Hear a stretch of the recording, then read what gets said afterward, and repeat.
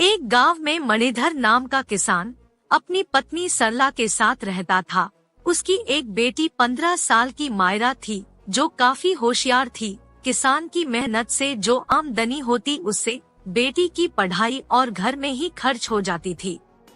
एक वर्ष सूखा पड़ जाने की वजह से अब मणिधर के पास पैसे नहीं थे जिससे वह फसल की बुवाई कर सके। वह पत्नी सरला से बोला, इस साल सूखा पड़ जाने की वजह से फसल में भी नुकसान हो गया और जो बाजार में पैसे थे धीरे धीरे वह भी घर का खर्चा और बेटी के स्कूल फीस में खर्च हो गए। समझ नहीं आता कि फसल के बीज के लिए पैसे कहां से लाऊं। परेशान क्यों होते हो जी, ऊपर वाला कोई ना कोई रास्ता निकालेगा। क्यों ना हम साहूकार से कुछ पैसे कर्ज ले ले और फसल की बिक्री होने पर उनको वापस कर देंगे।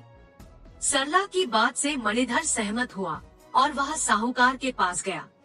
सेठ जी, इस बार फसल में काफी नुकसान होने से बुवाई के बीज के लिए मेरे पास पैसे नहीं हैं। अतः आप मेरी कुछ मदद कर दे तो बहुत मेहरबानी होगी। मणिधर, तू सेठ धनीराम के पास आया है। सेठ धनीराम सबकी मदद करता है तो तेरी भी मदद करेगा। जितनी रकम चाहिए बोल, 4 टके के हिसाब से जब चाहे वापस कर देना। सेठ जी 4 टके? देख भाई, मैं यहाँ फ्री फोकट का धर्म खाता नहीं चलाता। तुझे अगर रकम चाहिए तो 4 टके देने ही होंगे, नहीं तो जा यहाँ से। अब मणिधर के पास दूसरा कोई रास्ता नहीं था। वह सेठ से पैसे लिया और अपने फसल की बुवाई की और हमेशा की भांति अपनी फसल को जानवरों से बचाने के लिए रातों को भी निगरानी करता था। एक रात निगरानी के दरमियान एक जहरीले सर्प ने मणिधर को डस लिया और मौके पर ही मणिधर जमीन पर गिर पड़ा और सहायता न मिलने से उसकी मृत्यु हो गई। मणिधर के गुजर जाने के बाद मानो कुदरत का कहर बनकर उसके परिवार पर टूट पड़ा हो। बेटी मायरा और सरला दोनों बहुत दुखी और उदास रहने लगे और उधर खेतों की समय पर देखरेख न होने से इस वर्ष की फसल भी बर्बाद हो गई। सरला पर जिम्मेदारियों का बोझ बढ़ता ही चला जा रहा था। एक तरफ साहूकार का कर्ज तो दूसरी तरफ मायरा भी बड़ी हो चुकी थी। उसकी शादी की चिंता उसे खाए जा रही थी। ऐसे ही समय बीतता गया। एक दिन साहूकार आया और बोला, आज पूरे 2 साल हो गए पैसे उधार लिए हुए, अब तक तुम लोगों ने एक पाई भी वापस नहीं किया। अब तो मुझे मेरे पैसे चाहिए।